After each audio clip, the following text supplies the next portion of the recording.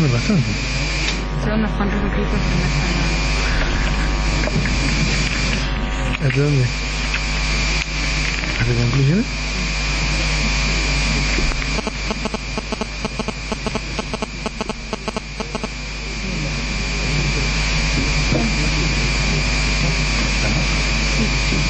La hora, suéltalo. Larga. Acá está. Bueno, yo no sé qué he hecho con la lapicera.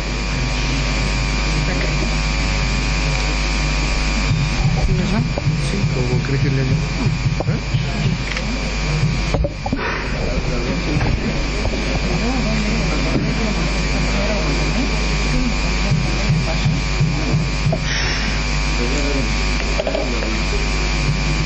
Se reabre la audiencia.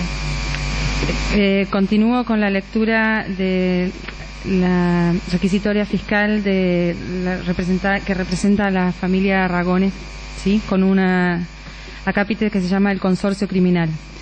Como fue señalado en los diversos procesamientos sobrantes en la causa, en 1976 el gobierno militar que había usurpado el poder en la Argentina, conjuntamente con los gobiernos de Chile, Brasil, Bolivia, Paraguay y Uruguay, montaron un plan sistemático de exterminio hacia todas aquellas personas a los que cada uno de esos regímenes dictatoriales tenían en miras como objetivo para aniquilar físicamente. En el marco de ese plan, las órdenes para eliminar al doctor Ragones salieron del tercer cuerpo del ejército, emanadas por su responsable, Luciano Benjamín Menéndez. Pasaron por las estructuras militares regionales subordinadas Tucumán, cuyo responsable aún no ha sido siquiera indagado, y fueron coordinadas por la repartición militar en la provincia de Salta a cargo de Carlos Alberto Mulhol. Desde allí se ordenó al jefe de la policía de la provincia de Salta, Miguel Raúl Gentil, que ejecutara la orden, quien seleccionó a un grupo de élite de su mayor confianza dentro de la fuerza policial. Para ello, por supuesto, el advenimiento de la democracia. Su accionar perfectamente aceitado permitió múltiples homicidios, secuestros, desapariciones y torturas en la provincia de Salta, muchos de ellos en investigación judicial. Con mayor identidad, sin dudas, lo hizo hasta noviembre de 1976. Ese vínculo criminal surge también de varios hechos ocurridos posteriormente al crimen del doctor Ragone y del señor Arredes, y demuestran la solidez y la eficacia del vínculo criminal que se describe y el aniquilamiento de personas que habían ocupado lugares y considerados clave. Esa asociación ilegal de agentes estatales demuestra que existían mecanismos represivos perfectamente aceitados aún antes del golpe y que ellos se encontraban bajo la dirección y control de las autoridades militares que tenían su asiento en Córdoba. A su vez, también pone en evidencia que los policías provinciales nunca hubieran tenido la iniciativa de cometer semejantes crímenes si no contaban previamente con la orden clara de aquellas autoridades militares. Ese consorcio criminal funcionó de manera similar en todos los crímenes de lesa humanidad cometidos en nuestra provincia luego del crimen del doctor Ragone y del señor Arredes. Otro aspecto relevante que muestra el vínculo entre fuerzas militares y fuerzas de la policía local es el hecho sucedido en los estrados judiciales de la localidad de Metán, cuando el entonces subjefe de la policía provincial irrumpió en una audiencia judicial y manifestó al doctor Jorge Centeno y al señor Nolasco Rodríguez que la investigación en contra de policías provinciales, Andrés del Valle Zoraire, entre otros, no podía continuar porque habían participado en el secuestro de Ragone, conforme Fojas 1028-1029, entre otras. Tanto Menéndez, Mulhol como Gentil tuvieron el dominio del hecho, al igual que otros imputados que oportunamente serán elevados a juicio, mientras que Néstor y Pedro Herrera son autores de encubrimiento y de omisión de persecución de delincuentes. El día en que fue secuestrado y aniquilado el doctor Miguel Ragone, fusilado el señor Arredes y lesionada la señora Martínez de Leal, se despejó y liberó la zona, pero ya sin duda se había implantado el miedo en los ciudadanos. Coinciden los testigos Albrecht y Martínez de Leal y el testigo B, que por espacio de 15 minutos, pese a los disparos, al impacto que se produjo a raíz de la colisión de los vehículos, de haber sido fulminado a Arredes, y cuando aparentemente acudió en defensa de Ragone, nadie salió a mirar qué pasaba, hasta pasado 15 minutos. En tiempos normales la gente se hubiese aglomerado en el acto, máxime tratándose de un barrio residencial y tranquilo como en el que sucedieron los hechos. Estos tres testimonios surge también que el doctor Ragone lo mataron al momento de ser secuestrado, al igual que don Santiago Arredes, y que a raíz de la parte de parte de los disparos que se desviaron en medio de dichos crímenes fue herida Margarita Martínez de Leal, conforme hechos relatados en los procesamientos y la prueba obrante en la causa. Como se dijo en los diversos procesamientos y sus respectivas confirmaciones, tampoco es fruto del albur que al anochecer de ese 11 de marzo de 1976, personal de la Policía Federal irrumpiera en el domicilio del doctor Albrecht para averiguar qué pasaba. ¿Cómo sabían esos oficiales de la Policía Federal que el doctor Albrecht había observado lo sucedido, de no haber controlado ellos la escena del crimen a fin de garantizar que la zona fuese liberada? Tampoco fue conducido al azar Albrecht 2 días después de los hechos a la policía de la provincia de Salta, con personal que lo apuntaba para tomarle una suerte de declaración de lo que había visto. Y como corolario de todo esto es que se le haya dado de inmediato intervención a la justicia federal respecto del secuestro del doctor Ragone y jamás se haya labrado expediente alguno respecto del fusilamiento del señor Santiago Arredes y de las lesiones de bala de la señora Martínez de Leal. ¿Por qué se dio intervención a la justicia federal si el 11 de marzo de 1976 el doctor Miguel Ragone no solo no ocupaba cargo público alguno, máxime cuando el cargo que ocupó y las consecuencias de sus actos de gobierno en nada podían enervar la jurisdicción federal? Esto demuestra la connivencia que hubo en aquel momento y explica también por qué nunca hasta la fecha se había investigado este caso. El testimonio del doctor Miguel Ragone, hijo, resulta esclarecedor en este sentido. Ver fojas 919-923. En cuanto afirmó que 1 hora después de secuestrado a su padre, el entonces juez federal le llevó el zapato de su padre que había quedado en la calle cuando lo secuestraron. ¿Por qué tomó conocimiento de inmediato la justicia federal si en realidad se trataba de un caso en el que debió haber prevenido un juez provincial, conforme hechos relatados en los procedimientos y la prueba obrante en la causa? Finalmente, debemos señalar como prueba de lo afirmado recientemente que en el anochecer del 11 de marzo de 1976, oficiales de la Policía Federal hayan irrumpido al domicilio del doctor Jorge Carlos Albrecht para interrogarlo acerca de qué sabía y a la par hayan permanecido impávidos sin abocarse de inmediato a conocer el paradero del doctor Ragone, cosa que jamás hicieron. Igualmente resulta sorprendentes los partes preventivos que se le enviaban al juez federal desde la policía de la provincia, que con solo leerlos se puede advertir que se trataron de maniobras meramente distractivas, sin perjuicio de instrucciones verbales que constan en la causa. Todo ello demuestra la connivencia de las distintas fuerzas de seguridad con jurisdicción en la provincia de Salta para perpetrar los crímenes señalados arriba. La participación de Joaquín Gil en el consorcio criminal. La máxima autoridad militar en Salta era el coronel Carlos Muljo, el jefe de la guarnición Ejército Salta y el tercer cuerpo de ejército, cuya comandancia ostentaba Luciano Benjamín Menéndez. Intervinieron en la decisión de eliminar a Ragone, a quien el gobierno nacional y las propias Fuerzas Armadas y de seguridad consideraban un extremista, y por lo tanto alcanzado por la normativa vigente que disponía su aniquilamiento. Desde el comando de la guarnición militar se ordenó a la jefatura de la policía de la provincia, subordinada al mando del ejército desde el año 1975 y cuya jefatura era ejercida por el coronel Miguel Raúl Gentil, la eliminación de Miguel Ragone. Para su materialización, Gentil confió la realización del operativo en el titular de la Dirección de Seguridad de esa fuerza, Joaquín Gil, quien seleccionó entre sus subordinados a los sicarios que cobrarían las vidas del doctor Ragone, de Santiago Catalino Arredes y provocarían las lesiones sufridas por Margarita Martínez de Leal. La coordinación de la logística para perpetrar el hecho se encomendó a quien poseía el control directo sobre la organización y coordinación de los cuadros inferiores que componían la estructura de la policía de la provincia de Salta, Joaquín Gil. La función real de Gil en la fuerza policial. El imputado Gil era quien tenía el control operacional de toda la fuerza policial en la provincia de Salta.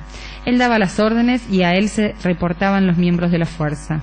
En este sentido, los propios ex policías que integraban la fuerza policial provincial en la época de los hechos y que declararon en esta causa como testigos fueron coincidentes en señalar que las dependencias en las cuales prestaban servicios tales como Comando Radioeléctrico o el Departamento de Informaciones Policiales, entre otras, dependían funcionalmente del comisario Gil, Víctor Faustino Ríos, fojas 5192-5194, Alfredo Cueva, fojas 5195-5196, Luis Gabriel Jiménez, 5504-5505, Fausto López, 7211-7213, Antonio Sarabia, 7185-7186. En relación a ello, los funcionarios policiales, las siguientes funciones de GIL. El comando radioeléctrico dependía del comisario Gil. El oficial de servicios de comando radioeléctrico llevaba el libro de guardia, decía los partes de novedades al director de seguridad, comisario Gil. Todos los partes iban a la jefatura de la dirección de seguridad. Como director del área mencionada, manejaba la seguridad y debía brindarla en toda la provincia, y por ello debía estar informado de todo lo que sucedía en su ámbito territorial. Que cuando se decía dentro de la fuerza policial jefatura, se refería a Gil, que como jefe de seguridad en la jefatura disponía todo e impartía las órdenes a todas las dependencias. Que el Departamento de Informaciones Policiales dependía de la Dirección de Seguridad, que era la dependencia inmediata inferior a la jefatura de la policía, que era la que le seguía en rango, que era la que manejaba toda la policía en toda la provincia y conocía todos los movimientos de sus estructuras. Que la Dirección de Seguridad estaba a cargo del comisario Gil, a quien en forma diaria se le hacía un informe con toda la información que diariamente se obtenía de los diarios o de los elementos que se tenía en la calle. De ello se deduce que el director de seguridad de la policía de la provincia de Salta tenía el control operacional de toda la fuerza. En consecuencia, era quien no solo disponía cuándo, dónde y cómo se realizaban procedimientos, investigaciones, controles camineros o de ruta, sino que era la persona que manejaba toda la investigación que entraba o salía de la fuerza, y de quien también se dependían las comunicaciones, podía disponer de la logística.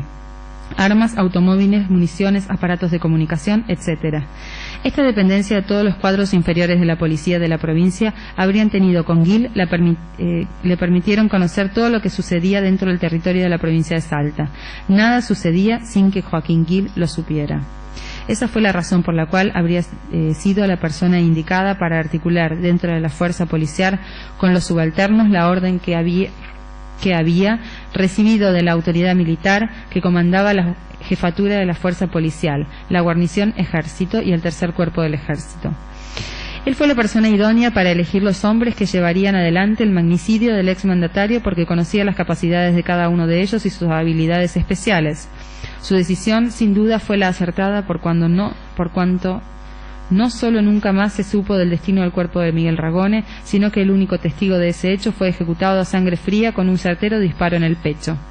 Resultó ser el encargado de que algunos de sus subalternos procuraran los automóviles que se utilizarían en el hecho, los cuales fueron sustraídos a los propietarios de la provincia de Santiago del Estero e ingresados al territorio salteño sin ningún impedimento. Estos hechos prueban el poder omnímodo que habría tenido Gil en la provincia. En este sentido, los jueces de la Cámara Federal aseveraron que surge de la causa que el 8 de marzo de 1976, es decir, 3 días antes de la comisión de los delitos investigados, los vehículos utilizados fueron robados en Santiago del Estero, que las sustracciones se produjeron en forma simultánea con la intervención de 12 personas que actuaron en pareja y en pleno centro de esa localidad, la que se hallaba colmada de turistas y vecinos. Los vehículos robados fueron Chevy Supersport rojo, Ford Falcon gris, Ford Falcon azul, Fiat 125 color gris. Los automóviles fueron encontrados después de sucedido el hecho. Resulta llamativo que los vehículos fueran robados días antes a 400 kilómetros de la ciudad de Salta en hechos simultáneos que parecían ser obra de elementos extremistas. Hayan ingresado al territorio provincial, permanecido hasta el secuestro sin ser localizados y recién hallados luego de ser abandonados por los autores materiales que aquí se investigan. La circunstancia expuesta es solo la primera muestra de que efectivamente habría existido una amplia cooperación policial en la perpetración de los crímenes. Del análisis de la prueba también surge que Gil habría facilitado a los subalternos que previamente había escogido para que secuestraran a Ragone el armamento necesario para el operativo. Recordemos que está acreditado en que se produjeron varios los disparos, algunos de los cuales quedaron como testimonio estampados en el frente del almacén de Arredes, en la esquina de la calle del Milagro y Apolinario Sarabia. que alguna de las armas utilizadas fue una ametralladora propia de las que utilizaban las fuerzas de la seguridad en esa época. Al respecto, resulta muy ilustrativo el testimonio de la testigo Sandra Siegrist, quien se describió el arma de uno de los autores del secuestro como una ametralladora recortada con la culata metálica similar a las actuales de marca Uzi. Surgió otro elemento que indica la participación de Joaquín Gil en el crimen del Miguel Ragone, la zona liberada que garantizaba a los autores éxito del resultado y la vía de escape para lograr impunidad. Nadie ni nada se interpondría en el desarrollo del hecho ni en el camino de los autores. El aporte de Gil en el magnicidio del Dr. Ragone. Conforme los extremos reseñados, Joaquín Gil garantizó a la autoridad militar el resultado, el secuestro y la muerte de Ragone, y a sus numerarios la impunidad. En este sentido, cabe destacar que Gil disponía, coordinaba y ordenaba todas las actividades que desarrollaban todas las comisarías de la provincia, como por ejemplo el control vehicular en la ciudad. Los testigos del hecho refieren que luego de producido el hecho se produjo un silencio profundo y sostenido. No había nadie en la calle, ni siquiera circulaban autos. Recordemos que era un día hábil y un horario en que usualmente la gente sale a trabajar, pero además la calle del Milagro es una vía de acceso directa al Hospital San Bernardo, nosocomio al cual concurría mucha gente por ser el más importante de la ciudad de Salta. El crimen del Dr. Ragone supuso una compleja organización para garantizar el resultado propuesto y la impunidad de los autores. Luego de perpetrado el hecho aproximadamente a horas 8:15 del 11 de marzo de 1976, se puso en marcha la fase final del plan criminal diseñado por las Fuerzas de Seguridad nacionales y provinciales. A esta altura del proceso está debidamente acreditado que la orden de matar al gobernador Ragone fue dada por las autoridades militares, general Menéndez, coronel Mulhol, coronel Gentil, y fue ejecutada por personal de la policía de la provincia de Salta.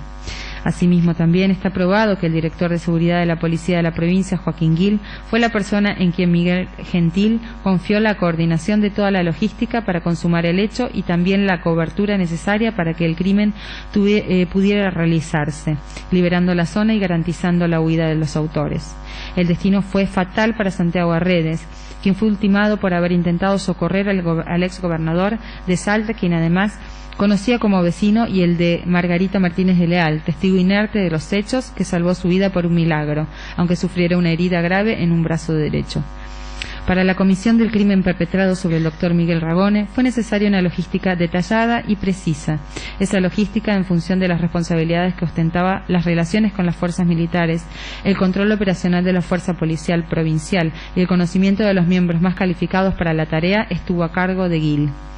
La intervención de Gil para posibilitar el crimen y garantizar la fuga de los criminales consistió en la selección de los miembros que ejecutarían las órdenes libradas por la fuerza militar y la provisión de equipo necesario, armas, comunicaciones, el ingreso de los vehículos robados en la provincia de Santiago del Estero sin control policial.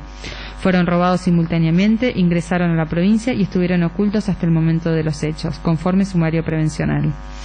La liberación de la zona a fin de que no se encontraran fuerzas de seguridad provinciales en el lugar de los hechos. Garantizar que no concurrieran fuerzas de seguridad al lugar de los hechos. Los custodios del jefe de policía que se encontraban a metros de allí no se movieron ni denunciaron el hecho. Son ilustrativos y coincidentes los testimonios de Jorge Carlos Albrecht, Margarita Martínez de Leal y de Sandra Siegrist cuando dicen que por el espacio de 15 minutos, pese a los disparos, se produjo un silencio total y nadie salió a mirar qué pasaba hasta pasados 15 minutos. No librar información a la policía provincial a fin de ejecutar un operativo que diere con el doctor Miguel Ragone y sus captores. Toda la fuerza policial dependía de él y a él se reportaban sus subordinados. El radiograma 3120, que supuestamente había alertado del hecho a la policía local, supuestamente ordenaba que se informaran novedades cada 2 horas. Sin embargo, lo que demuestra la participación de Gil y la fuerza es que nunca aparecieron las novedades requeridas, sino hasta las 21:19, que empezaron a recibirse los acusados de recibo del radiograma 3120, ver fojas 20 y 21. Garantizar que los criminales no fueran interceptados en su salida del lugar de los hechos a través de la ruta nacional número 68. Los criminales fueron dejando los vehículos en Cerrillos, Coronel Moldes y Cafayate, sin que ello llamara la atención de la policía provincial. Surge del sumario prevencional que Víctor Faustino Ríos afirmó haber dado noticia del hecho a las seccionales policiales ubicadas a la vera de la ruta nacional mencionadas a horas 8:40, fojas 14. Sin embargo, a horas 9:15 la comisaría de Cerritos da cuenta de que allí se había abandonado un vehículo, el Peugeot del Dr. Ragone, que sus ocupantes ascendían a un Ford Falcon gris y que otras personas se trasladaban en un Chevy, que son los vehículos cuyas descripciones, según la policía, se habían señalado en el radiograma 3120, fojas 10, y al que no se hizo ninguna referencia. Lo informó como un hecho de normal trascendencia, sin relacionarlo al crimen del Dr. Ragone y sin emprender las acciones de persecución que el caso obligaba.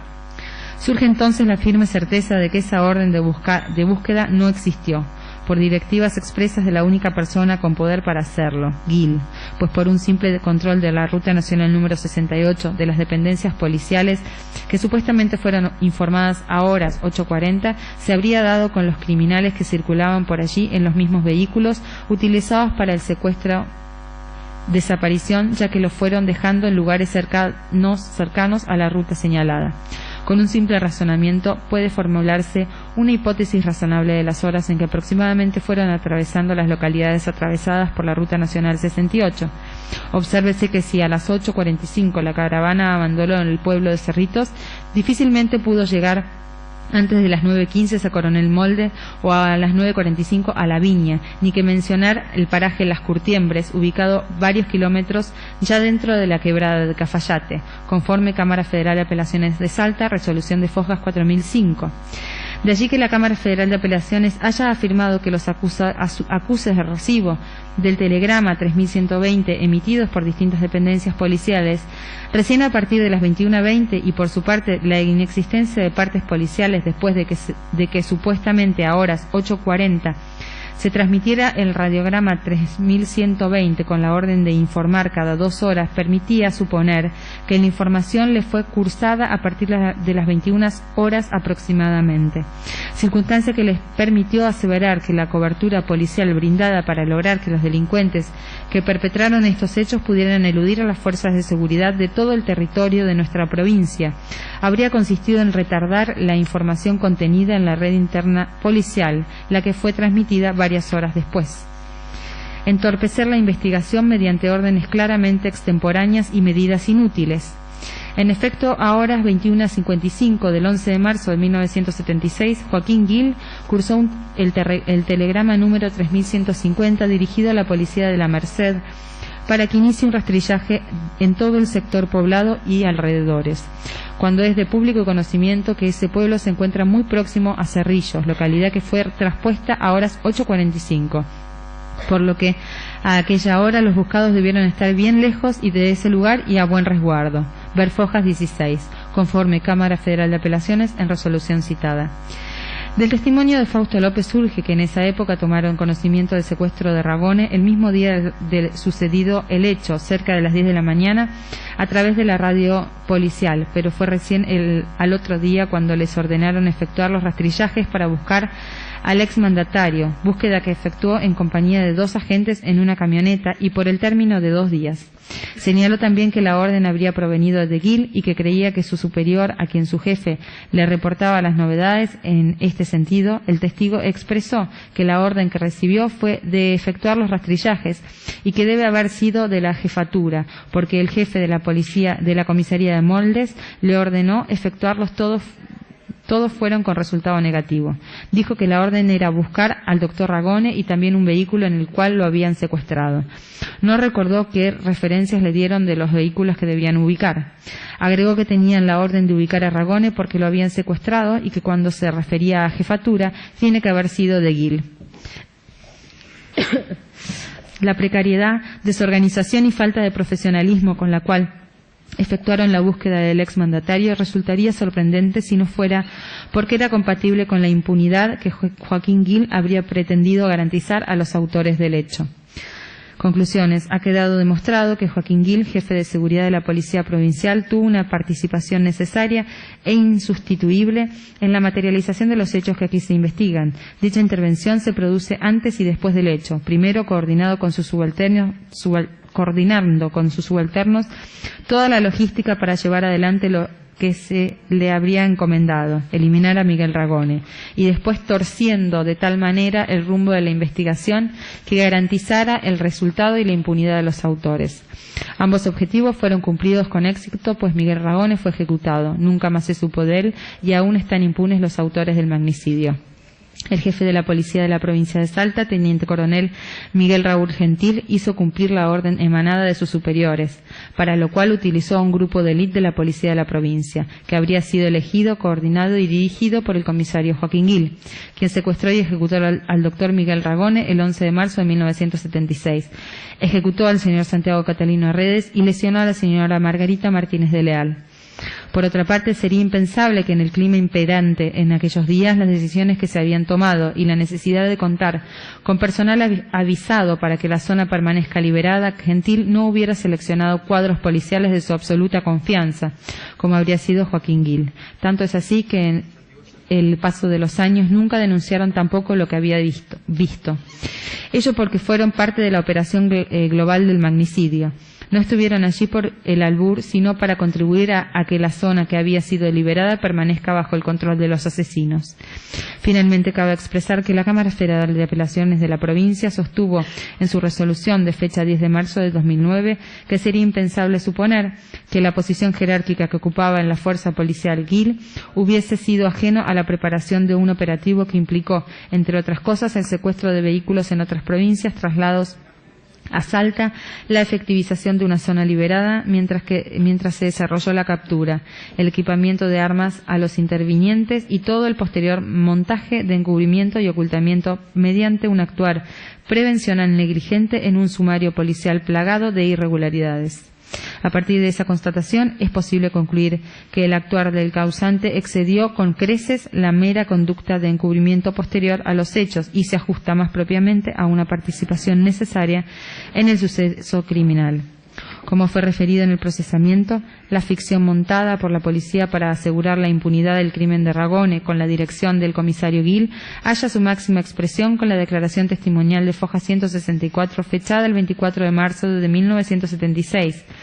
En ella, René Mateo Cancino dijo que hallándose de visita en casa de los padres de su esposa en la localidad de Santa María de Catamarca, su suegro le refirió que el día 12 de marzo, cerca de las 11 de la mañana, vio pasar por la ruta que pasa por Santa María y va a la localidad de Belén al doctor Ragone acompañado de 5 personas, que Ragone iba sentado en el asiento trasero.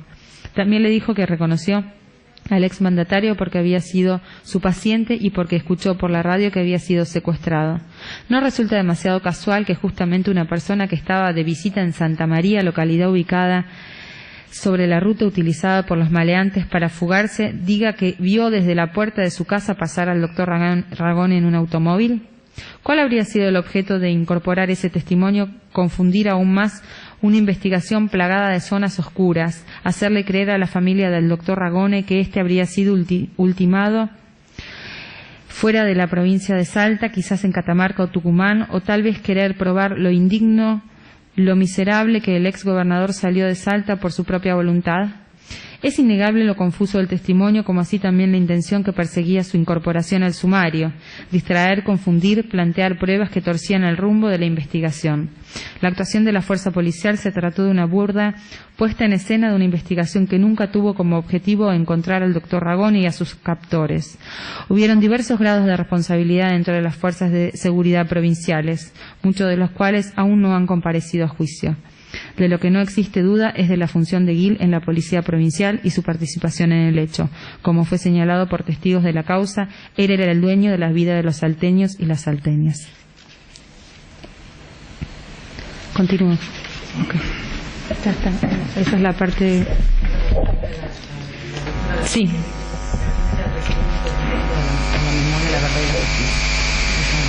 Bien. Encuentro por la memoria la verdad y la justicia de Salta. Parte pertinente, datos de la víctima.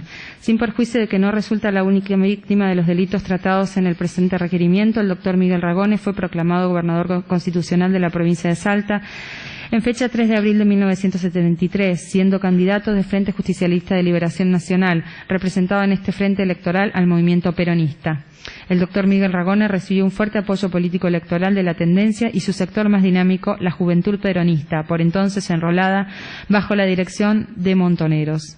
Ragone nombró en los cuadros de la administración provincial y municipal a personas de esta tendencia, tales como Lucho Huistas y Gerardo Babio, entre otros.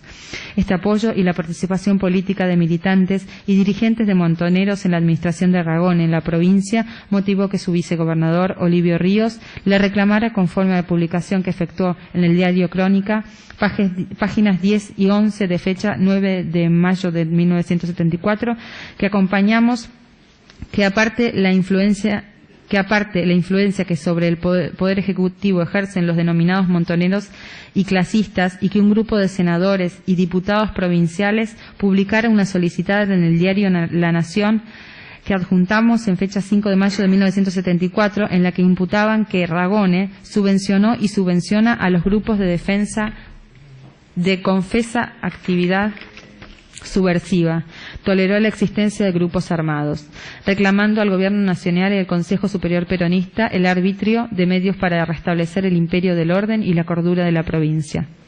El 24 de noviembre de 1974, Ragone fue destituido por la intervención federal, asumiendo el doctor Jorge Mosquera.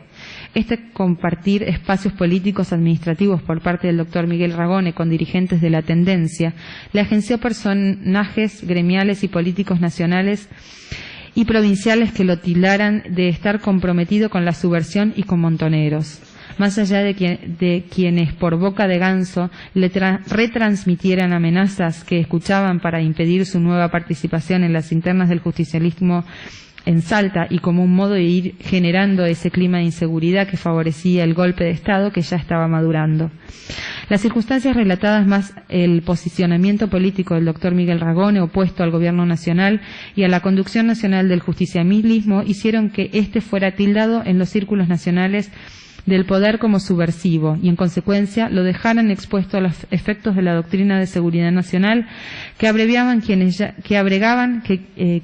estaban diseñando y articulando los preparativos del golpe militar. El secuestro de Ragone repercutió nacionalmente e internacionalmente, tal como se prueba con recortes periodísticos que se adjuntan, y contribuyó a generar que hiciera que la sociedad piense en las Fuerzas Armadas como solución al problema. Sistema represivo nacional. Bajo el operativo Independencia en la provincia de Tucumán, so pretexto de aniquilar el accionar de la subversión, se aplicaron ilegalmente y sin ningún control las doctrinas que desde 1960 eran temática militar, tales como las doctrinas de la guerra contrarrevolucionaria, que difundieron militares franceses teóricos de la guerra a partir de su experiencia en Indochina y su actualización, la doctrina de la seguridad nacional, difundida por el Pentágono de Estados Unidos. Esta práctica ilegal la extendieron a todo el país y al Poder Ejecutivo Nacional. Se dio en octubre de 1975 de la mano de ítalo-argentino Luder, al dictado de los decretos 2770, 2771 y 2772, a fin de crear un organismo que atendiera a la lucha contra la subversión en todo el país.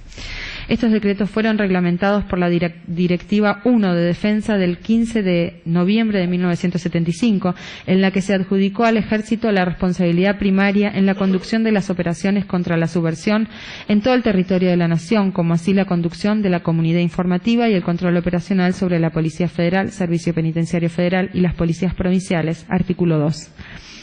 A partir de la Directiva 1 del Consejo de Defensa, las Fuerzas Armadas emitieron directivas secretas e ilegales. El Ejército dictó la Directiva número 404 del 28 de noviembre de 1975, en donde se estableció como misión operar ofensivamente contra la subversión para detectar y aniquilar las organizaciones subversivas, desvirtuando los decretos mencionados en los que se mandaba aniquilar el accionar de las organizaciones, no asesinar a sus miembros, las que se cumplirían cuando se detenía a sus miembros o perdían sus armas según las reglas militares. Las ideas rectoras y conceptos estratégicos de esa directiva estaban basados en actividades de inteligencia y mediante operaciones psicológicas que le permitían tomar la iniciativa, estableciendo objetivos y plazos a largos años. Esta directiva consideraba entre las zonas estratégicas prioritarias el eje Tucumán-Salta-Jujuy. Dispuso asimismo la acción directa sobre el aparato político-administrativo, los elementos subversivos abiertos, los elementos subversivos clandestinos, las organizaciones colaterales, de lo que consideraban las organizaciones subversivas. Para estas acciones ilegales, el Ejército tomó una reglamentación secreta y sin aprobación del Congreso. Llamó Plan del Ejército para el Marco Interno, PEMI 72, dictado por el general Lanusse en el año 1972, en la que se creaban 5 zonas de seguridad, las que fueron coincidentes con las jurisdicciones de las cabeceras de los cuerpos del Ejército. El Comando de Zona 3 dependía del Comando Tercer Cuerpo del Ejército y abarcaba las provincias de Córdoba, Mendoza, Catamarca, San Luis, San Juan, Salta, La Rioja, Jujuy, Tucumán y Santiago del Estero. La sede principal se encontraba en la ciudad de Córdoba. Desde julio de 1975 el Ejército contaba con un manual secreto registrado como RC-9-1 y denominado Operaciones contra Elementos Subversivos, experimental, que contenía la doctrina de exterminio de la subversión.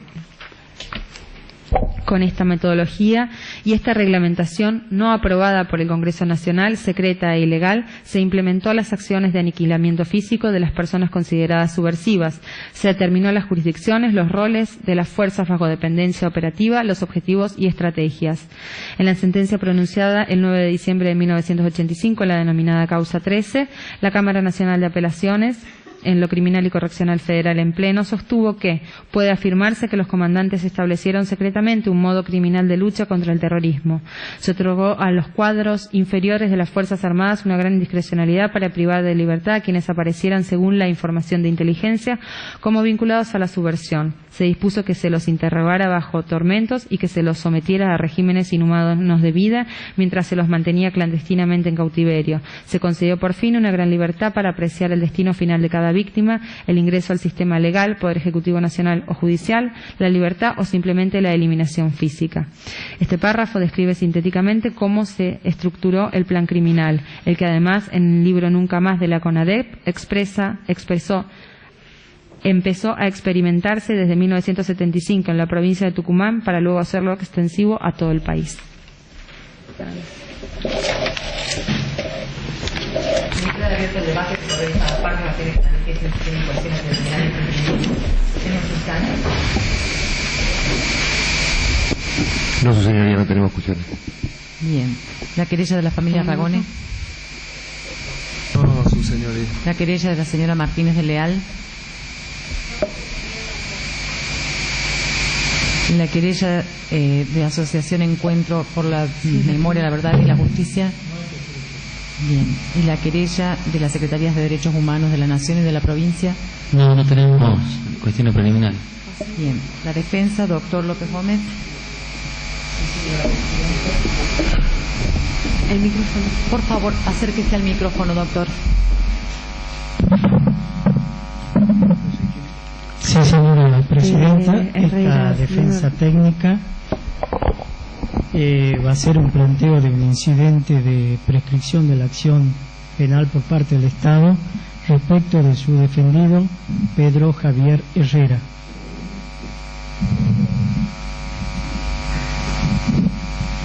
Lo escuchamos, doctor. Muchas gracias, señora presidenta. Excelentísimo Tribunal Oral Federal de Salta, el tiempo ha venido a convocar luego de esta exhaustiva investigación de hechos que han ocurrido prácticamente hace 36 años atrás, con lo cual se vienen resultados muy dolorosos para la historia argentina y en particular para la historia de Salta. No debemos dejar de lado que también tenemos que ver el aspecto jurídico que se presenta y con el cual se ha llegado en el día de la fecha esta audiencia de debate. Precisamente los hechos que se están investigando se tienen como crímenes de lesa humanidad, es decir, que ya desde convenios internacionales en los que se ha suscrito la República Argentina, que ha adherido, como por ejemplo el Estatuto de Roma, con los cuales se establecen precisamente o se acotan cuáles son los crímenes de lesa humanidad y por ende considerados imprescriptibles,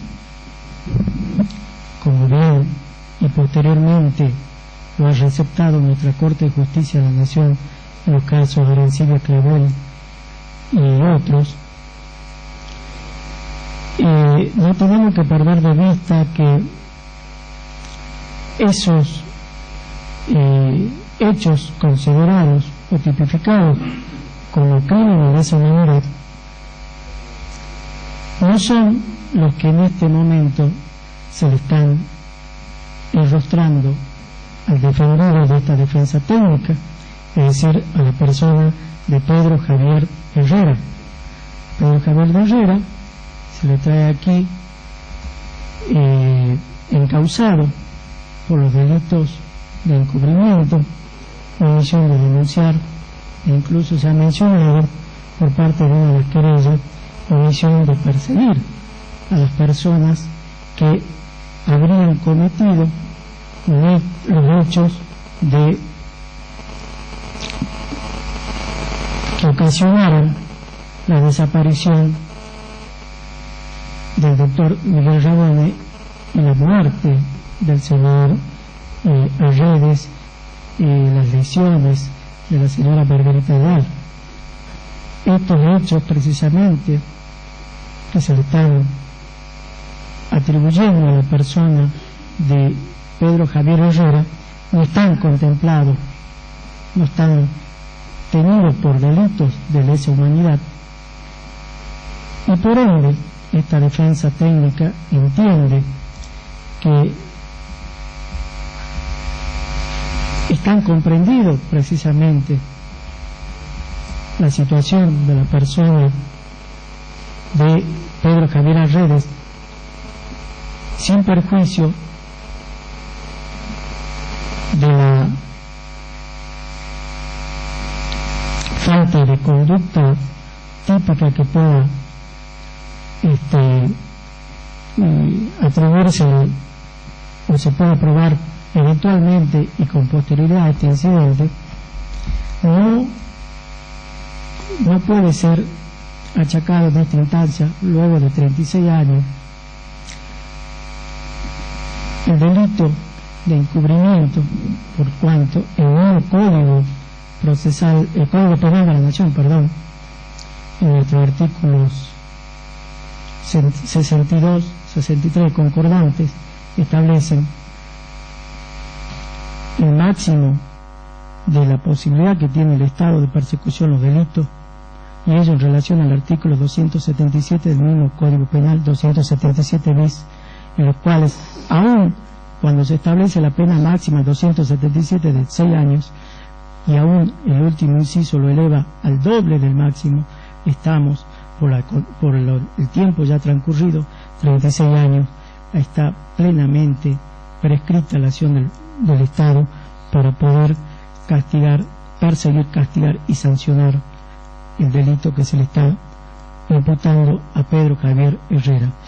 En consecuencia, esta defensa técnica, nuestra señoría, solicita que se disponga el sobreseimiento por prescripción del imputado en esta instancia, por las razones antes expuestas. Asimismo se hace expresa reserva de recurso de casación en caso de no ser acogida favorablemente. Gracias, señora presidenta. De forma previa a la parte fiscal, vamos a las otras partes si es que van a plantear cuestiones preliminares para que después se pueda contestar en un solo acto. Doctora Arancibia, ¿tiene cuestiones preliminares que definir? Sí, señora presidenta,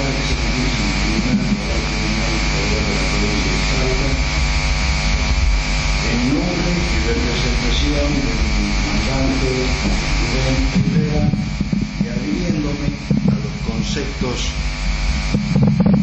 enunciados por el abogado preopinante, debo expresar que mi representado viene en relación a su conducta, tipificada la misma en encubrimiento, en concurso ideal con omisión de perseguir y reprimir a delincuentes conforme lo previsto y establecido por los artículos 277, inciso primero, 269, 274 de nuestra ley de fondo. El artículo 334 y 336, inciso primero del Código de Procedimientos Penales de la Nación, es el que habilita a la prescripción, toda vez que la misma encuadraría en el artículo 67 de la Ley 25.990, que es la ley específica a aplicar en este caso. No seré reiterativo, puesto que el tribunal es ampliamente conocedor de las tipificantes y de las causales claramente enumerativas en relación a lo que debemos de determinar y tipificar en lo que hace a la conducta de lesa humanidad. Ya los autores han invadido y unificado los criterios en relación a esta situación, a esta denominación, y han fundamentado sus abarcamientos punitivos en los autores y en los coautores, fundamentalmente en este caso que nosotros tratamos, ha excluido de una manera clara, precisa y determinante a los encubridores. Y conforme al artículo 2 del Código Penal, bajo ningún punto de vista en materia que estamos abordando podemos hacer una ampliación o no nos faculta algo extensivo en relación ni siquiera por analogía al tema tratado.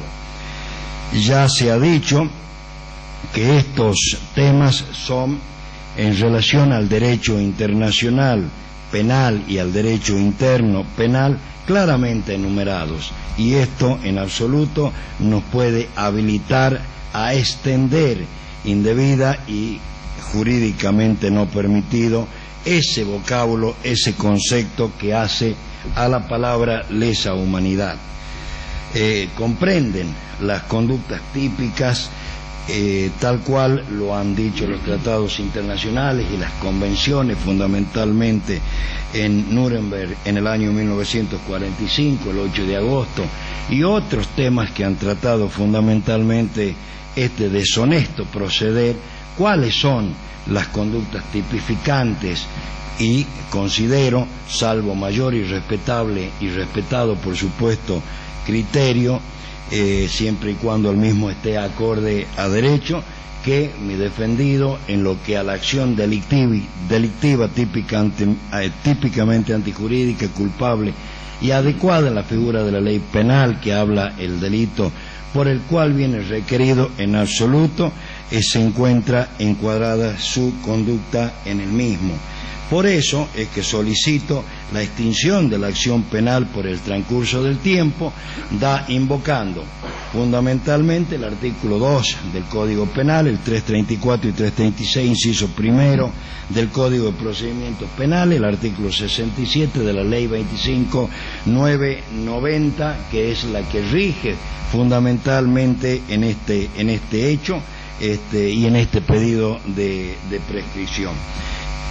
Y solicito, por lo tanto, el sobreseimiento de mi defendido en base a las consideraciones de hecho y de derecho, toda vez que en el transcurso del tiempo no existieron causas interruptivas, no existen ninguno de los postulados que nos habiliten de manera alguna a tener alguno de los 4 elementos que el artículo 67 determina como causales de interrupción.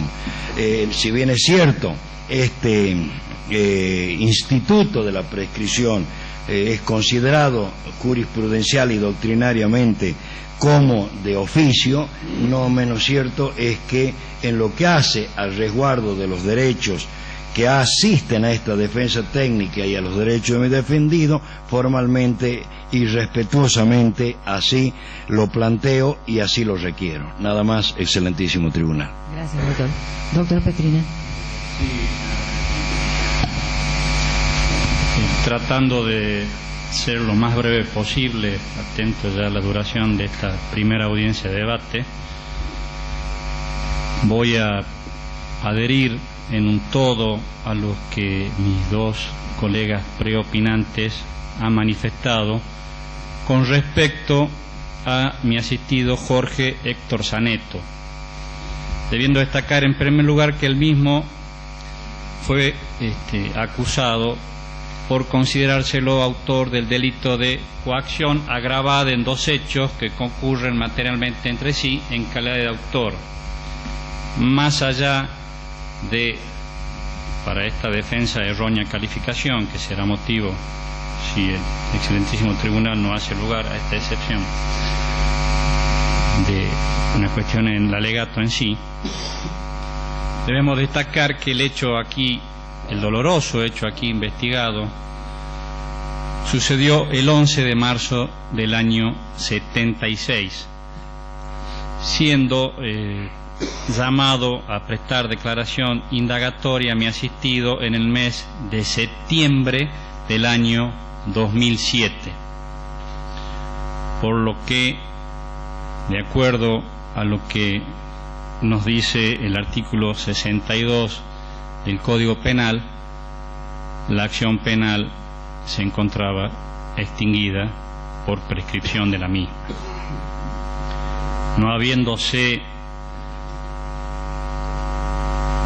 suspendido por ninguna de las causales establecidas en el artículo 67 del Código Penal, y no encontrándose establecido las coacciones descritas por el artículo 149 ter del Código Penal, incluidas en los denominados delitos o crímenes de lesa humanidad, no corresponde encuadrar la conducta de mi asistido en ese tipo de delito y por lo tanto no corresponde declararlas imprescriptibles a su persecución penal, razón por lo cual, y no voy a repetir los conceptos ya vertidos por los doctores Arancibia y López-Hom, voy a solicitar el sobreseimiento de mi asistido de acuerdo a lo prescripto por el artículo 336, inciso primero del Código Procesal Penal de la Nación, es decir, porque la acción penal en contra del mismo se ha extinguido. Nada más, excelentísimo tribunal. Gracias, doctor. De las cuestiones preliminares esgrimidas se le corre vista al señor fiscal. Señor presidente, le solicitamos un cuarto intermedio de media hora para elaborar una respuesta. Perfecto, vamos a hacer un cuarto intermedio de media hora. Muchas gracias. En esta parte quiero introducir previamente una cuestión, en todo caso que pasaremos, pero la verdad es que esta parte entiende que las cuestiones traídas por el señor defensor deberían ser motivo de alegato, no por esta ley incidental. Disculpe, doctor, hemos corrido vista a la Fiscalía pidió un cuarto intermedio. En el momento que tenga usted el uso de la palabra, lo vamos a escuchar. Era por una cuestión de economía procesal, nomás, doctor, gracias.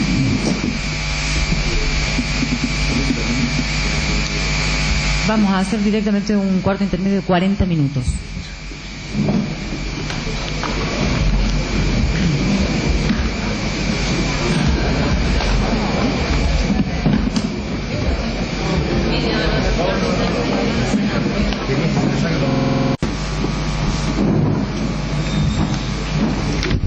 Se reanuda la audiencia. Tiene el uso de la palabra el señor fiscal.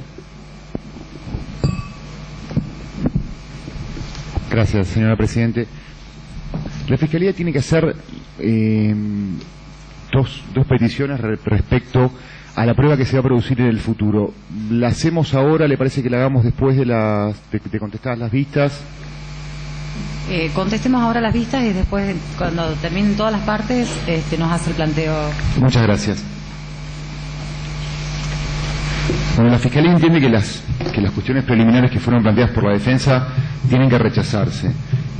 En primer lugar, tanto el planteo que hacen las defensas de los imputados Herrera como el planteo que hace la defensa del imputado Zaneto fueron cuestiones que ya han sido tratadas durante la etapa preliminar, durante la etapa de instrucción, tratadas y resueltas, con lo cual entendemos que no pueden volver a replantearse en la etapa de debate.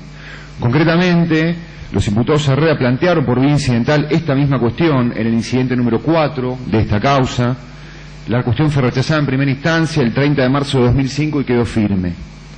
El imputado Zaneto, si bien no lo planteó por vía incidental, fue parte de los agravios que hizo al revisarse ante la Cámara Federal de Apelaciones de Salta el procesamiento que se ha dictado en su contra.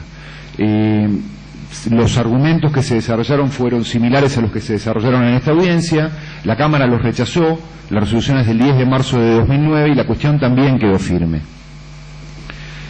Entendemos entonces que las cuestiones ya están precluidas. Independientemente de eso, entendemos que hay una imposibilidad fáctica del tribunal, fáctica y normativa del tribunal de pronunciarse a favor de los planteos de la defensa, porque desde el momento en que corrió vista en función del artículo 354, necesariamente declaró verificadas las prescripciones de la instrucción.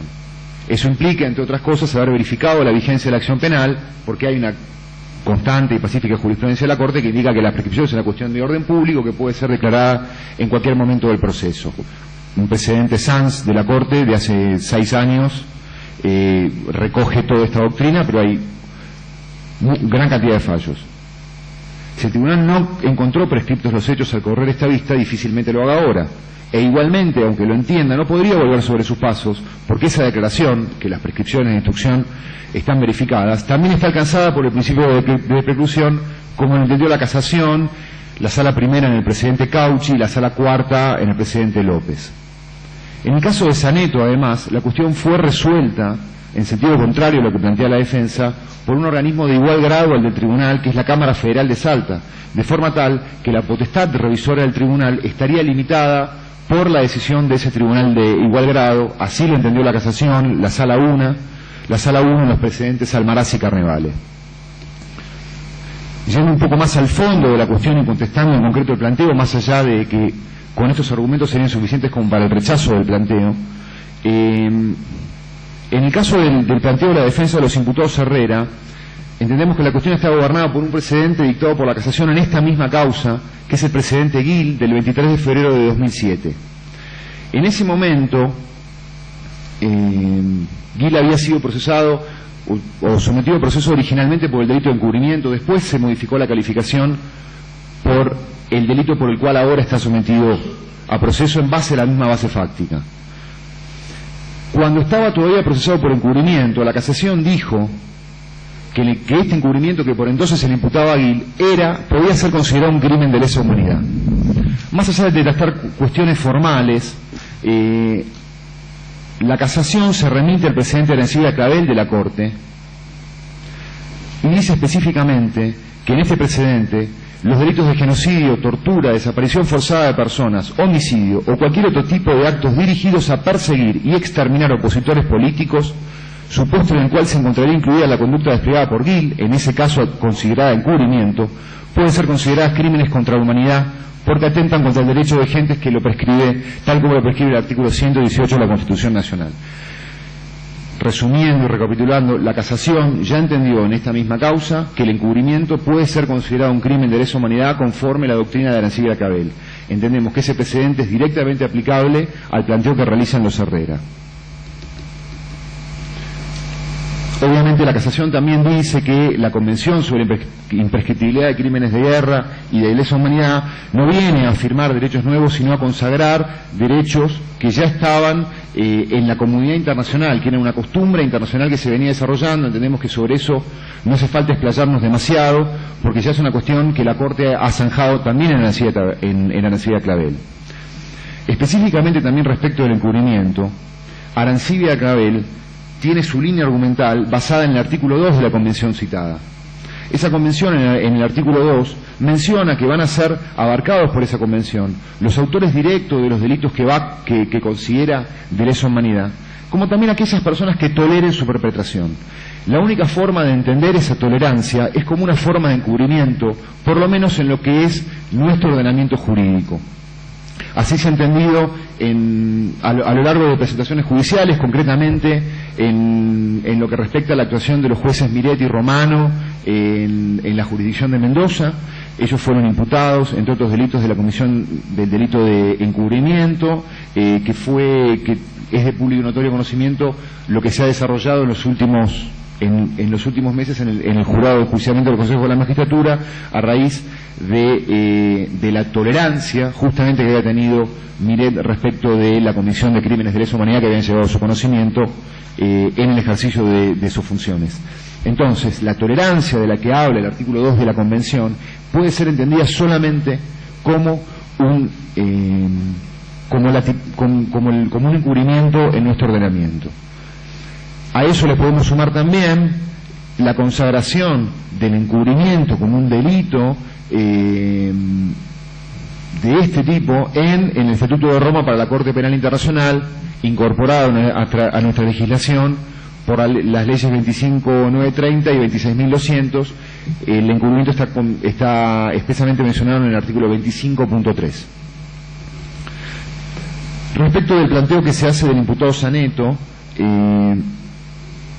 entendemos que el precedente de Gil también es aplicable porque es claramente un acto de persecución que está emparentado con un crimen de lesa humanidad, que ocurrió poco tiempo después. Recuérdese que Saneto está imputado de haber amenazado a Ragone para cada determinada conducta, si no lo iban a matar, cosa que termina ocurriendo. Eso es un poco la línea argumental que da la Cámara Federal de Salta en ese precedente que acabo de citar, para rechazar su planteo de prescripción. Hay un caso del Tribunal para la Antigua Yugoslavia que se llama Cunarak, que trata de establecer los baremos para ver qué podemos considerar como crimen de lesa humanidad o no. En Cunarak, el Tribunal para la Yugoslavia establece que debe atenderse a la naturaleza y consecuencias del acto para establecer si éste resulta objetivamente parte de un ataque. Del ataque sistemático y generalizado de una población civil que es considerado un crimen de lesa humanidad. Si nosotros vemos la consecuencia, siguiendo este test, si nosotros vemos la naturaleza y consecuencias de la conducta atribuida a Saneto, es claramente relacionado con lo que le ocurre a Ragone días después. Otro test que se propone es el que establece que hay ambos en un libro que está editado en inglés, pero que se puede traducir como la actual legislación sobre crímenes contra la humanidad. Que ambos establece como test para saber si determinado delito puede ser considerado o no de lesa humanidad, si la peligrosidad del crimen se ha incrementado por el contexto en el que fue cometido. Nosotros entendemos que por el contexto en el cual ocurre esta amenaza contra Ragone, la peligrosidad del crimen se incrementa, y la prueba está en que Ragone en los pocos días es secuestrado y desaparecido. Nosotros entendemos que la conducta de Saneto entonces contiene los elementos de un crimen de lesa humanidad, porque fue llevado a cabo en el marco de un ataque generalizado a un civil por motivos políticos y de conformidad con una política de Estado establecida en ese momento. También queremos incorporar a la contestación que no es la primera vez que se discute en los tribunales la pertinencia de calificar como crímenes de lesa humanidad delitos por fuera de los que generalmente se consideran como tales: homicidio, desaparición, torturas. Recientemente, por ejemplo, en el presidente Reichhold del Tribunal Oral Federal de Neuquén, en 2009 hubo una condena en el marco de la causa 666 justamente por coacción, que había sido una coacción realizada en el marco de una sesión de torturas. Esto permite demostrar que determinados delitos, en determinado contexto, pueden ser considerados crímenes contra la humanidad. Actualmente también se están juzgando en el marco de la causa ESMA todas las apropiaciones de bienes realizadas por el grupo de tareas 3.3 que funcionaba en la ESMA como crímenes de lesa humanidad, por más que podrían considerarse en una primera aproximación delitos comunes, pero por la vinculación que tienen con esos crímenes de lesa humanidad, por formar parte del plan que estaba establecido. Un segundito, doctor, que no sé si están en este momento escuchando en las otras salas. Por favor. Please enter your conference ID. Press the pound key when complete.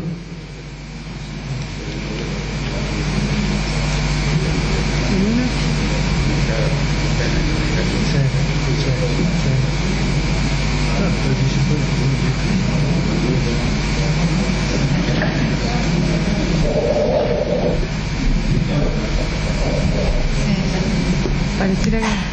Sí. ¿Dónde está? Continúe, doctor. Gracias, doctora. Entonces, por la vinculación de esos delitos que podrían llegar a considerarse comunes con un plan sistemático, se los ha considerado crímenes de lesa humanidad. El precedente relativo a la apropiación de bienes es el precedente Pozo de la Sala 3 de la Cámara de Casación Penal. Incluso en Arencibia Clavel se analizó si la asociación ilícita era un delito de lesa humanidad y a esa conclusión se llegó. Entonces entendemos que podemos claramente concluir que la conducta atribuida a Saneto puede ser considerada un crimen de lesa humanidad. Hay otro precedente que queremos mencionar porque tiene que ver con lo que se va a enterar en el proceso, que es el precedente de Andrés del Valle Zoraire de la Corte. Ese precedente en realidad lo que termina resolviendo es una cuestión de competencia entre la justicia provincial de Salta y la justicia federal salteña respecto de un hecho que es la causa conocida como Los Arbolitos, causa que fue ofrecida como prueba en el marco del proceso. Lo relevante de eso es que la Corte termina asignando competencia a la justicia federal, porque si bien se trataba o se imputaba a Zoraire un homicidio que podría no tener relación directa con el plan represivo en el contexto en el que se realizó esa acción, no podía descartarse la presunta comisión de un crimen de lesa humanidad. Entonces, solamente por eso la Corte atribuyó competencia a la justicia federal. Es clara que la línea argumental de la Corte y de la Casación tienen que ver con considerar de lesa humanidad crímenes que están relacionados o que son conexos con los que tradicionalmente podemos considerar crímenes de lesa humanidad. Así que eso es todo. Por eso consideramos que los planteos de la defensa tienen que ser rechazados. Muchas gracias. Gracias, doctor. Se le concede la palabra a la querella de la familia Ragone. Gracias, presidente. Adherimos a lo que manifestó el Ministerio Público y agregamos: la defensa de los imputados ha interpuesto una pretensión de prescripción con el simple argumento del transcurso del plazo. Ese argumento pretende echar por tierra todo el bloque de constitucionalidad federal que desde 1994 está vigente en nuestro país, a raíz de la reforma constitucional. Sin embargo, la posición de la defensa ha omitido refutar la calificación de hechos o de crímenes, de la calificación de lesa humanidad a los hechos que le han sido imputados. Esa omisión, entendemos, impide al excelentísimo tribunal declarar la prescripción de la acción sin entrar en una contradicción insalvable con los antecedentes de esta causa.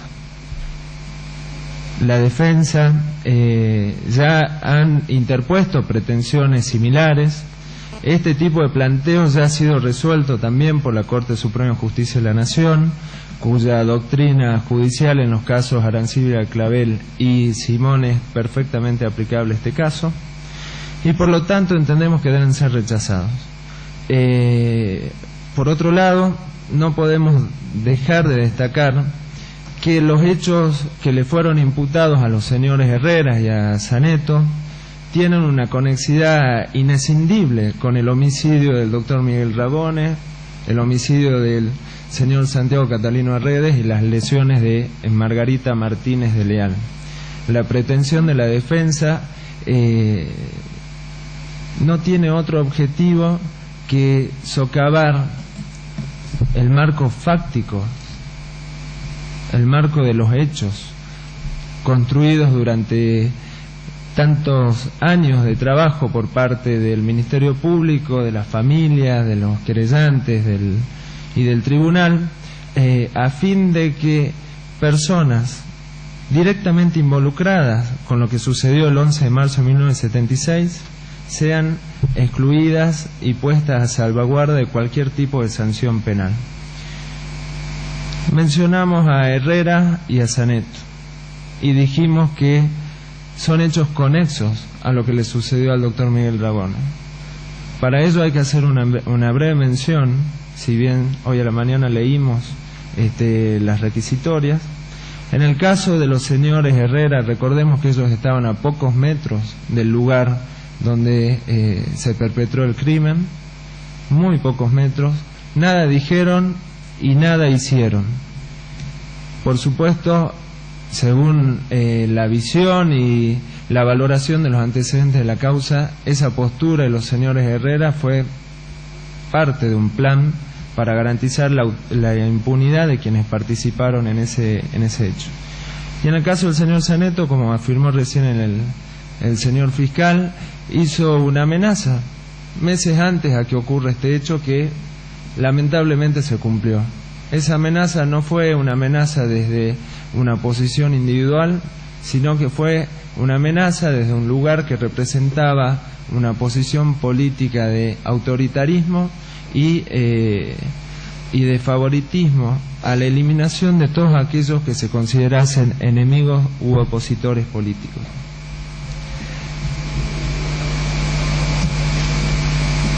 Hay tanta conexidad entre estos hechos que si se hiciera lugar al argumento de la defensa, caeríamos en el absurdo de que también debería declararse la prescripción de la acción por el delito de lesiones de la señora Margarita Martínez de Leal, con el simple argumento de el transcurso del plazo.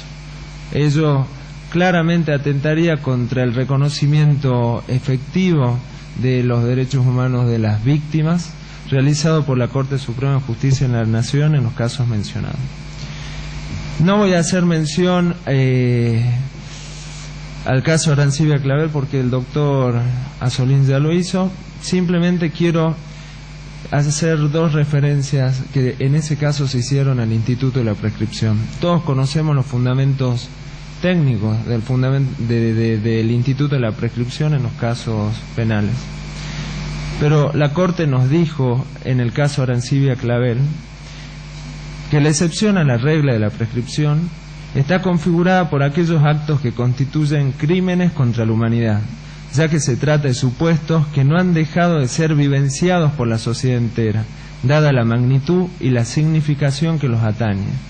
Tanto los crímenes contra la humanidad como los tradicionalmente denominados crímenes de guerra son delitos contra el derecho de gentes que la comunidad mundial se ha comprometido a erradicar. Si para la época en que fueron ejecutados los hechos investigados eran considerados crímenes contra la humanidad por el derecho internacional, de ello se deriva como lógica consecuencia la inexorabilidad de su juzgamiento y su consiguiente imprescriptibilidad. No tenemos duda de que los hechos que le fueron imputados a los señores Herrera y al señor Saneto son crímenes de lesa humanidad. El Estado argentino ha suscrito diversos tratados internacionales de derechos humanos. Uno de ellos, es la Convención Americana sobre Derechos Humanos. En el marco de esa convención ha asumido la obligación de remover todos los obstáculos que existieran en la jurisdicción de los Estados partes para garantizar el goce efectivo de los derechos humanos de las personas que habiten en su territorio.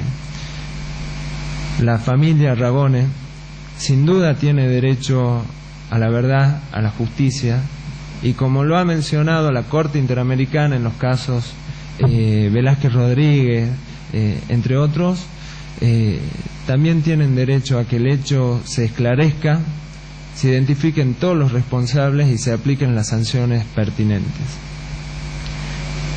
En esa idea, la pretensión de que se declare la prescripción de la acción en contra de los señores Herrera y el señor Saneto menoscaba el derecho de la familia Ragone a que se esclarezca definitivamente el hecho, se identifique a todos los responsables y se les apliquen las sanciones que correspondan. Finalmente, no puedo dejar de mencionar un caso también de la Corte Interamericana de Derechos Humanos, el caso Barrios Altos, ¿no?, donde ha señalado de que no se puede hacer lugar a las pretensiones de prescripción en crímenes de lesa humanidad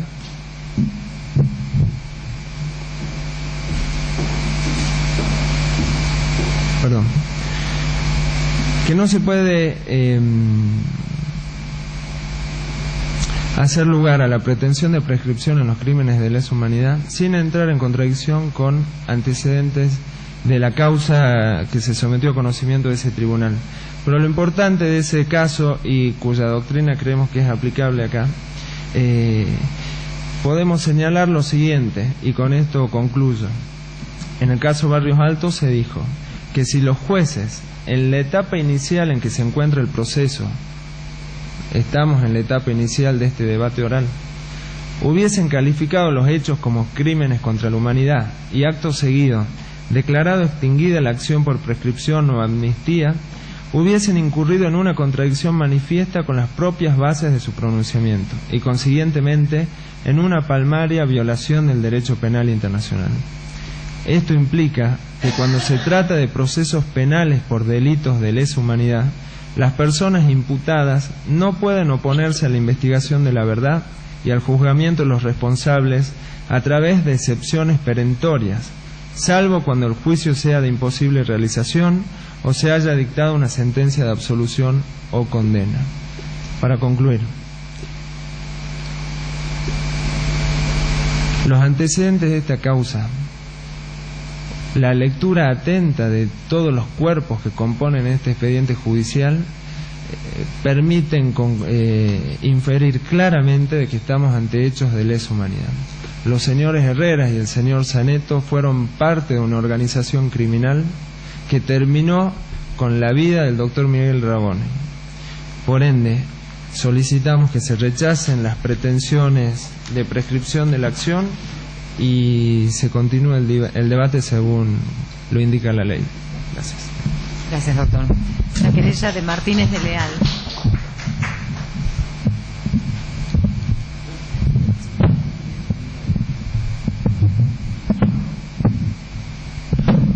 Gracias, señora presidenta. Hago propio los fundamentos que utilizó el representante del Ministerio Público, como el doctor Duarte, y quiero agregar algunos elementos para, bueno, por supuesto, fundamentar más aún el rechazo de las excepciones que plantearon la defensa.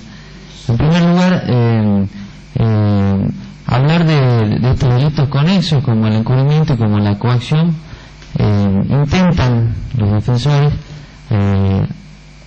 quitarle una de las características típicas de la teoría del Bloxin respecto a la autoría inmediata, que y específicamente el elemento de la fungibilidad. Quieren decir que no fui yo, o mejor dicho, fui yo, pero pudo haber sido otro, y como pudo haber sido otro, esto está prescrito. La evidencia de vida ya está nulificada, por lo cual mal podrían achacar por ese lado a la fungibilidad que caracteriza el delito de lesa humanidad, como bien explicaba el doctor Azumún, sino que además acá hay un hecho mucho más importante, o mejor dicho, hay un solo hecho, que es la desaparición del doctor Miguel Ragone. Ese fue el objetivo, y a cada parte que trabajó en ese magnicidio le cabe su responsabilidad. Imagínense ustedes, si el objetivo era secuestrar al doctor Ragone y no precisamente Santiago Herreras, entonces el homicidio de Santiago Herreras también está prescrito. Por supuesto que no. El hecho es uno solo. No importa la cantidad de pena o la calificación que se le haga, porque acá lo que ellos se utilizan solamente para dar la condena de acuerdo a la participación de cada uno. Bueno, la duda será si esa participación habrá sido benévola, habrán sido partícipes secundarios. Bueno, eso dependerá después de las investigaciones que surjan. Saneto vino a anunciar un mal. Vino a decirle al señor Ragone: usted no debe hacer esto porque va a desaparecer, y casualmente Ragone desapareció. Saneto es adivino. Saneto no es adivino. Saneto tenía una organización en su espalda. Los oficiales Herrera estaban a 2 cuadras del hecho donde Ragone fue vilmente secuestrado y cobardemente asesinado. Escucharon perfectamente todo. ¿Cuál era su función? Hablamos todo el tiempo hablamos en esta larguísima instrucción de la zona liberada. Ellos fueron parte de esa zona liberada. Les cabrá su responsabilidad. Pero el delito o el hecho fue uno solo. El hecho fue el secuestro del doctor Miguel Ragone, y lo lograron. Y accesoriamente, para lograr ese secuestro, mataron a Santiago Arrés y la lesionaron a Margarita Martínez. Y podrían haber cometido otros delitos, por ejemplo el anuncio de Saneto y los hechos posteriores que, bueno, se investigarán en otras causas, las persecuciones de los ragonistas, etcétera. Pero estamos muy claros de que este es un delito de lesa humanidad. En algún momento la defensa hacía referencia al Estatuto de Roma. El Estatuto de Roma no es una convención colgada que se firmó de un día para otro, no. El Estatuto de Roma integra el derecho internacional público, y en el derecho internacional público rigen otros principios. No hay crimen sin pena, sino sin ley, sino que no hay crimen sin pena. En el derecho internacional público, y esto lo hemos dicho en varias ocasiones, inclusive en reiteradas ocasiones, en cuanto nos tocaba contestar la vista de las excepciones que se planteaban, de que el límite para que Argentina no penalice determinados hechos delictivos se encuentra señalado en que no puede contrariar el derecho penal de penalización internacional al cual se ha comprometido a suscribir y ratificar los tratados en la materia. Tanto la Convención Americana sobre Derechos Humanos y el Pacto Internacional de Derechos Civiles y Políticos, ambos con jerarquía constitucional, son acuerdos internacionales según lo prescrito por el artículo 38 del Estatuto o la Convención de Viena, por lo cual no pueden desconocerse porque de lo contrario genera la responsabilidad internacional del Estado ante la comunidad, ante la misma comunidad, que justamente también justifica mi legitimación, la responsabilidad internacional. Entonces, como decíamos, nuestro derecho internacional rige el principio nulo en crimen sine iure, es decir, aplicable a nuestro país, por lo que constituye una obligación estatal penalizar los delitos de desapariciones forzadas, ejecuciones sumarias, tortura, o como dice el artículo 25.3 del Estatuto de Roma, los encubridores que para el objetivo del terrorismo de Estado lleven adelante esos hechos también. 25.3 privaciones ilegítimas de libertad, tráfico de niños, supresión de identidades y cualquier otro delito que lleve de la mano la característica fundamental de un delito de lesa humanidad, como es una actividad estatal o paraestatal o con la aquiescencia del Estado dirigida a una población civil y en forma sistemática. Aquí hubo una forma sistemática de actuar, una zona liberada en una provincia donde ya habían ocurrido hechos terroristas, hubo la aquiescencia del Estado y lograron el objetivo de desaparecer al doctor Miguel Ragone. Y hoy, casualmente, porque hoy estamos discutiendo sobre una excepción, justamente ser una excepción, piden la excepción de prescripción porque están pidiendo que salgamos de la regla. No podemos salir de la regla, excelentísimo tribunal, porque esto es un delito de lesa humanidad y porque a pesar del tiempo transcurrido, aún la familia y la sociedad toda exige justicia. Gracias. Gracias, doctor. La querella de Encuentro por la Memoria, la Verdad y la Justicia. Doctor Ley. Usted, doctor. ¿Sí? Voy a tomar la palabra yo. Gracias, excelentísimo tribunal, señor presidente. Cuando me apresuré hoy a tomar la palabra era porque consideraba y considero que merece un rechazo in limine. Ya ahora están las vistas dadas, pero la verdad que era eso. Yo considero que el rechazo in limine es lo pertinente porque, en verdad, fueron procesados en orden al delito de lesa humanidad, fue confirmado por la Cámara en ese mismo sentido, los requerimientos que quedaron firmes lo fueron en tal sentido, por lo tanto, evidentemente, operó una preclusión de instancia, fue agotado el tema, no debería tratarse, debería el tribunal rechazarlo in limine. Ese es mi primer planteo. El segundo planteo, que también hoy pensé que era el pertinente, lo dije por razones de economía procesal, es que debe, en todo caso, postergar el tratamiento de la sentencia. Y la verdad que encontré argumentos en los colegas que me precedieron. Observe el tribunal que la querella del doctor Ragone introdujo consideraciones, de hecho, que realmente van a ser motivo de debate. la propia defensa introduce en el planteo cuestiones de calificación errónea o no errónea que evidentemente van a ser motivo de debate. O sea, a todas luces es prematuro expedirse en todo caso. Si no se rechaza el límite, es prematuro expedirse en este momento. Porque además estaríamos evitando el acceso a la verdad, etcétera, etcétera, que ya fue explicitado muy bien por la querella del doctor Ragone y por el Ministerio Público Fiscal. Esta vía incidental, entonces, señora Presidente, no es la apropiada por prematura y porque se plantea sin que haya acontecido nada desde el requerimiento hasta aquí. No se introdujo ningún hecho nuevo, no tomamos conocimiento de nada nuevo que permita variar el criterio que se venía teniendo y que también marcó el Ministerio Público Fiscal. El tribunal ya ha, de alguna manera, tomado esto y no hay nada que permita variar el temperamento. Debe transcurrir el debate, porque también la calificación es prematura. Yo no sé si vamos a decir que es encubrimiento. Observe que del transcurso del debate, señora Presidente, podríamos decir que son partícipes necesarios o secundarios, o decir que son, siguiendo Cayambo, que ha sido citado, que son parte de la empresa criminal conjunta, Joint Criminal Enterprise en el léxico inglés. Podríamos decir también que son infractores de un deber de cuidado, y eso los transforma en autores. Que adelanto, ese fue el temperamento que se utilizó por el Tribunal Oral en lo Criminal número 1 de La Plata, en la figura de la infracción de... Doctor, que hay un problema con la comunicación. Perdón. Hay audio. Disculpe, doctor, puede reanudar porque me dicen que hay audio. Bien.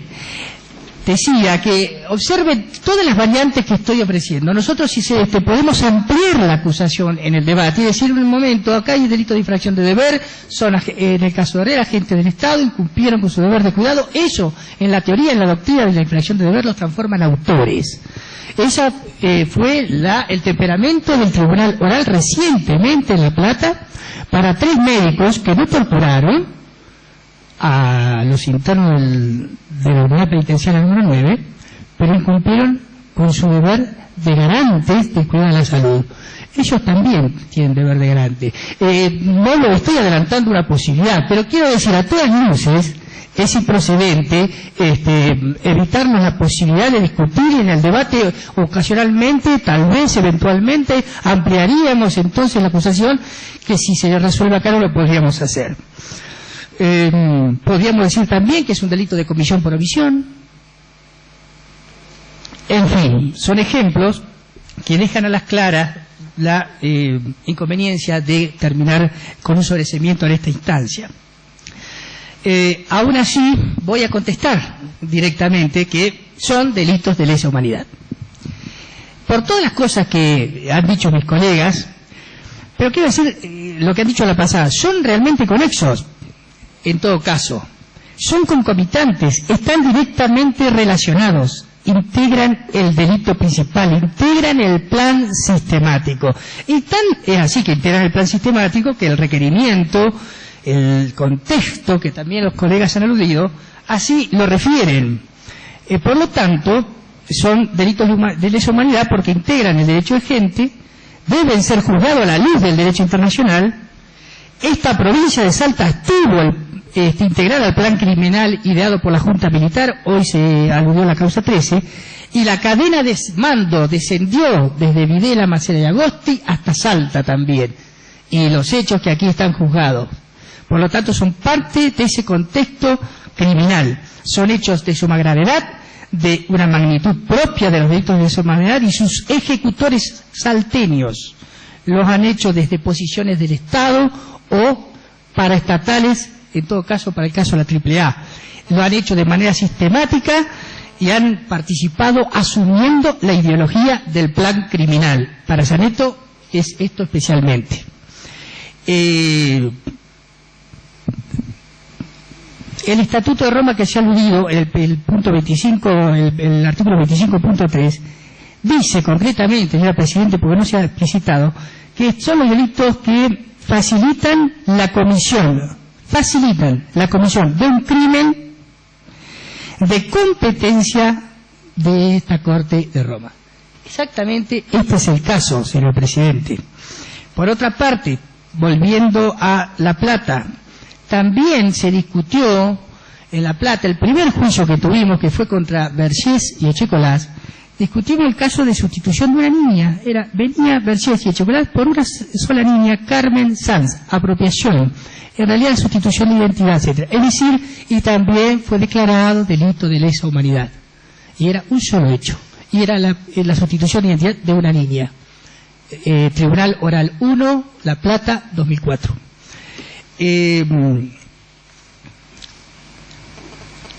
Por último, o no sé si por último, en realidad también la imprescriptibilidad es una posición que venimos sosteniendo tanto en La Plata de parte de la Asamblea Permanente por los Derechos Humanos como también en el encuentro acá en Salta, que estos delitos son imprescriptibles no solo por que afectan el derecho de gente, si son delitos de lesa humanidad, sino que nosotros consideramos, siguiendo la mejor doctrina nacional, que el artículo 29 de la Constitución Nacional ya traía para nosotros la solución de la imprescriptibilidad, que no era necesario el 118 de la Constitución Nacional.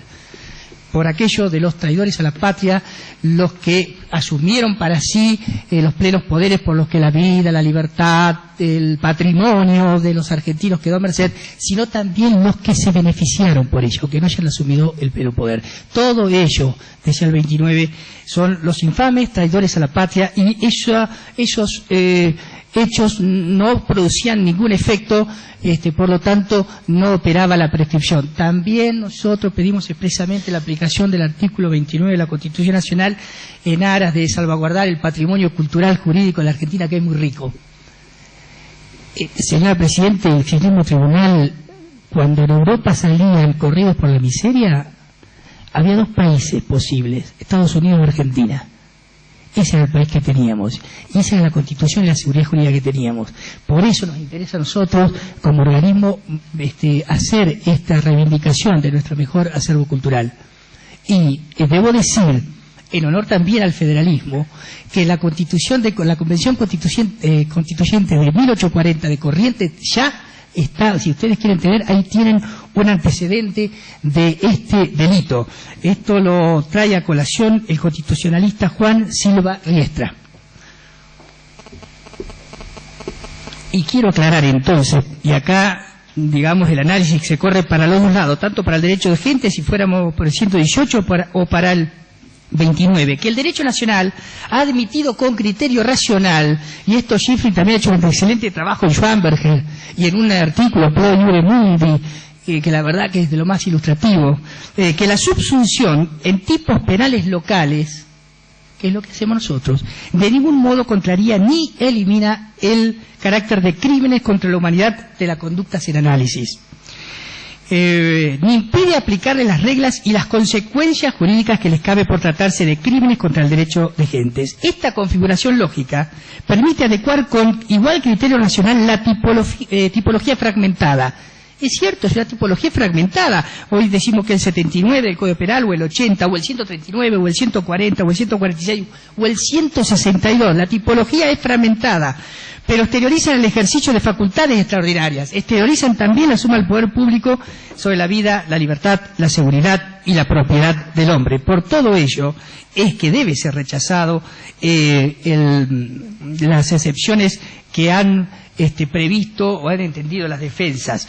Pero no quiero dejar de puntualizar algo que para nosotros también es importante, porque hace al contexto histórico, hace una práctica jurídica y política en la sociedad argentina que hoy, la verdad, es ejemplo en el mundo. Uruguay nos está siguiendo, Brasil nos está siguiendo, y otros países, que consideramos que cada marcha de Madre de Plaza de Mayo, de abuelas, cada marcha política, cada petición a los organismos interamericanos, cada petición al Ministerio del Interior o a las iglesias, etcétera, etcétera, son actos interruptivos de la prescripción. Yo solicito que así lo trate el tribunal, porque la verdad que avanzaría mucho en la consideración de la práctica brillante que ha tenido el pueblo argentino en esta lucha por los derechos humanos. Gracias, señor presidente.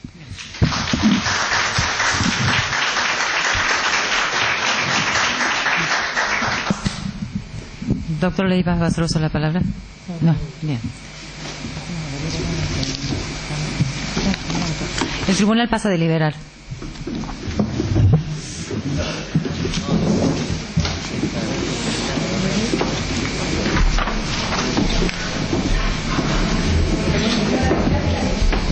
¿Listo?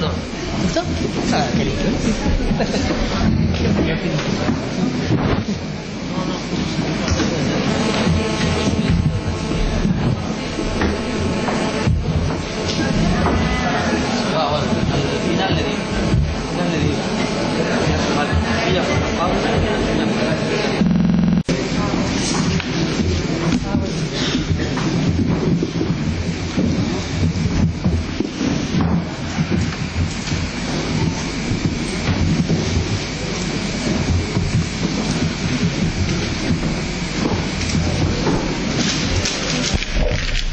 Por secretaría se va a dar lectura de lo resuelto por el tribunal. El tribunal ha decidido diferir el tratamiento de los planteos de prescripción para el momento de la definitiva, en tanto involucran cuestiones de hecho y prueba que serán materia de debate. Se levanta la audiencia hasta mañana a las 8:30. 9:30. ¿Cómo?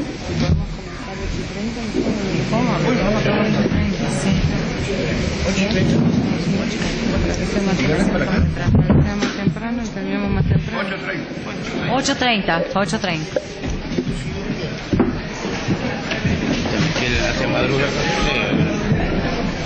Yo tuve a las 7:15. Por eso.